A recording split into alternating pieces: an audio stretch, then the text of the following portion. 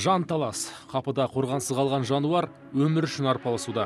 Интернет еліміне тараған бұл видеода қазақ даласындағы қазіргі саятшылардың өрескел әрекеті барша жұрттың жағасын ұстатты.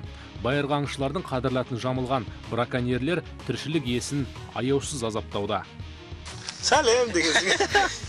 Табиғатты қорғау ұйымдары дабыл қағып әлек. Адамзат өз қолымен өз болашағына балта шабуда.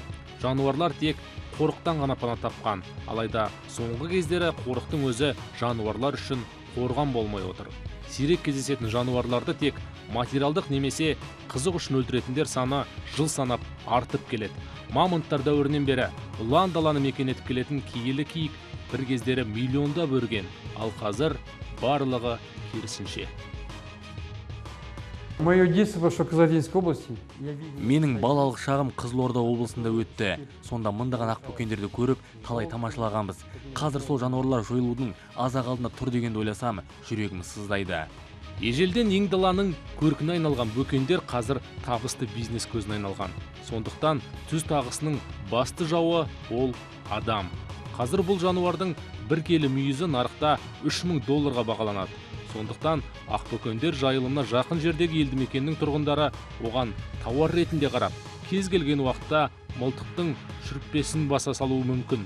Яғни сұраныс барда киікті ату тоқтамайды.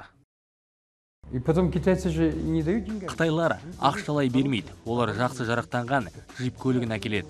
Біздегілер оны шамамен $40,000 бағалап, оның төлемін мүйіздермен өтейді. Қытайлар мүйіз алу үшін не керектің бәрін жасайды.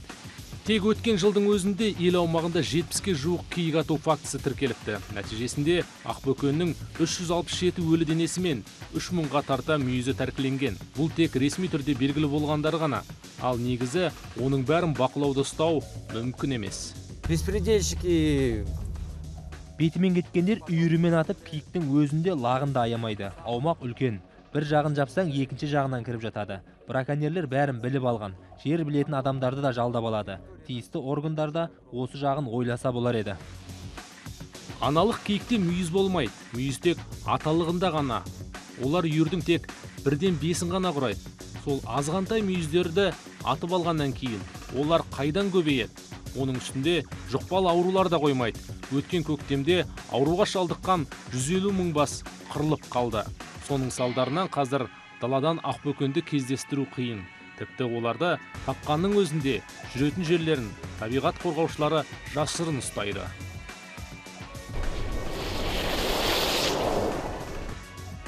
Қазақстанда киіктерді қорғаумен мемлекеттік табиғатты қорғау қызметі айналысады. Орталық бөлімшеде 90 инспектор жұмыс істейді. Кезекшілікке жарты айдан түседі.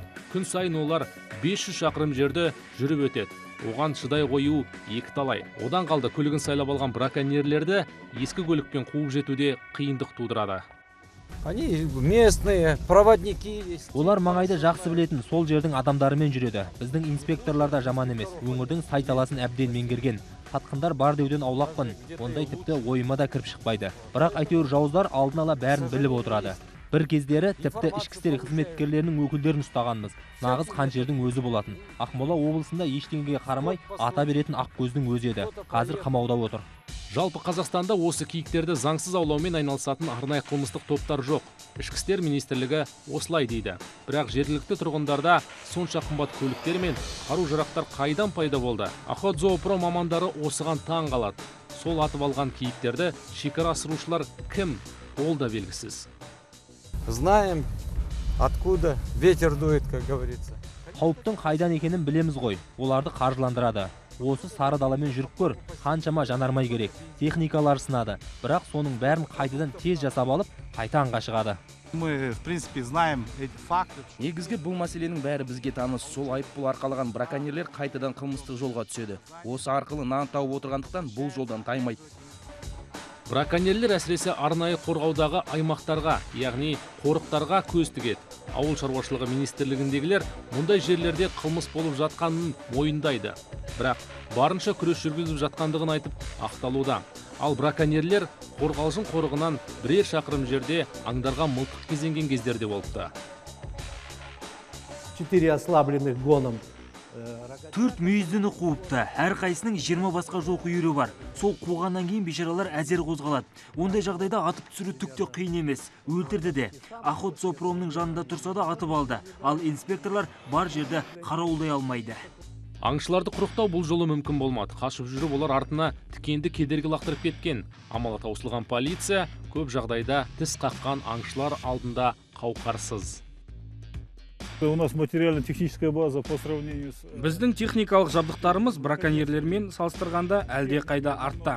Мәселе санда немесе сапада емес. Егер біз осы аймақта техника ізін көретін болсақ, біз артына түсіп, қорғаулы аймаққа не үшін кіргенін анықтаймыз. Егер бірнеше жыл бұрын моторлы қаршына көпшілікке таңсық болса, қазір ол аңшылардың негізгі қатынас құралына айналған. Бұл техникамен кез келген аңды оңай олжалауға болады. Снегоходы бар болса, иесін тіркеуге алып, кейіннен бұның қандай жерге жүргеніне тіпті GPS-ті орнатқызып, бұлардың әрбір несін қадағалап отырғандай жағдайда болса, мысалы, онда бәлкім олар жаңағы өзінің жаңағы міндеттерде қараудың бойында болғандықтан, оларды спутник қарап жүретін, не істеп жатқан біліп отырғанда, бәлкім одан қаймығып, жаңағы заңбұзушылыққа бармас еді.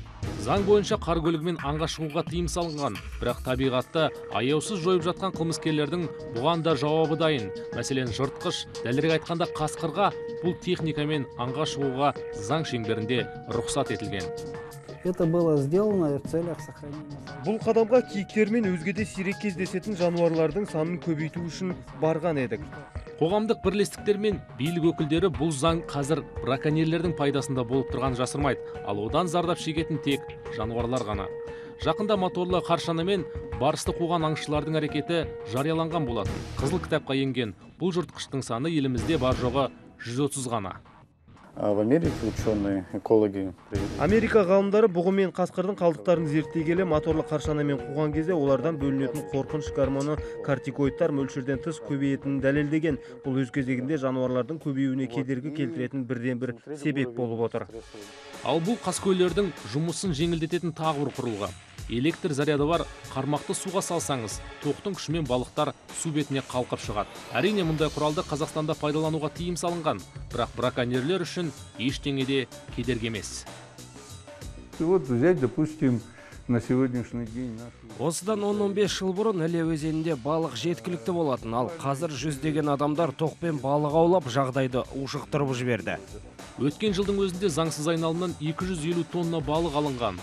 Олардың 600 келісі бекіре.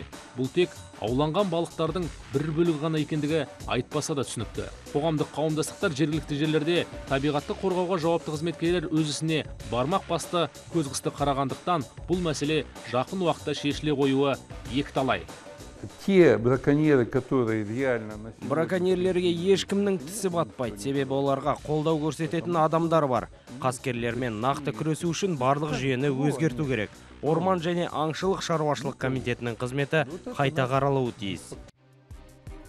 Ішкі істер департаментінің мәліметіне сәйкес 2015 жылы 14 мың табиғатты қорғау заңнамасын бұзу фактісі тіркелген. 2600 қылмыстық іс қозғалып, оның 960-ы ғана сотқа жіберілген. Ал темір тордың ар жағына тоғытылғандар саусақпен санарлық. Табиғатқа қатысты ең үлкен жаза 7 жыл.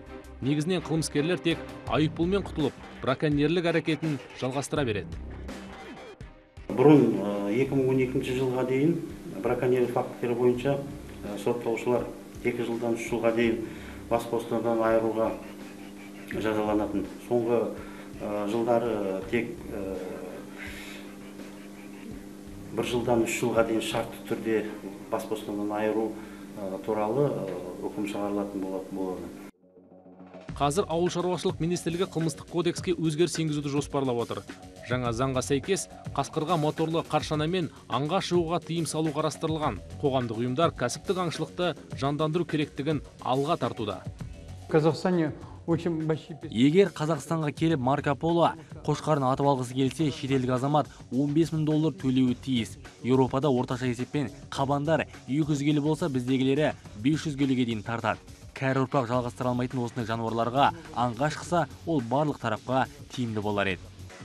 Африка елдері туристерді сафариға шақыру арқылы жылына 5-10 миллиард доллардай пайда көруде. Белгіленген тәртіпке сәйкес аңшылардың қасында жергілікті жол көрсетуші жүруі шарт. Сол арқылы шалғайдағы жерлерде жұмыссыздық мәселесі де шешілген. Әзірге біздің елде бұл бастамалар тек сөз жүзінде айтылып келеді. Мы вносим дополнение, которое позволит... Біз аңшылық шаруашылықтарына жануарларды өсіруге рұқсат беру туралы заңды қабылдамақпыз. Сол арқылы арқар, жайран, құландардың санын өсіріп, бір бөлігін еркіндікке, жартысын аңшылыққа пайдалану көзделуде. Бұл әлдеқайда тиімді болар еді. Қазақстан жыл сайын биоресурстарды сақтау үшін 15 миллиард теңге жұмсайды. Алайда еліміздің көрікті табиғатын қаз қалпында сақтап қалуға бұл әрине жеткіліксіз. Жақында күйлеген ақбөкендер енді шамамен 5 айдан кейін төлдеуі тиіс. Дәл осы кезеңде олар өте әлсіз болғандықтан браконьерлердің оңай олжасына айналмақ.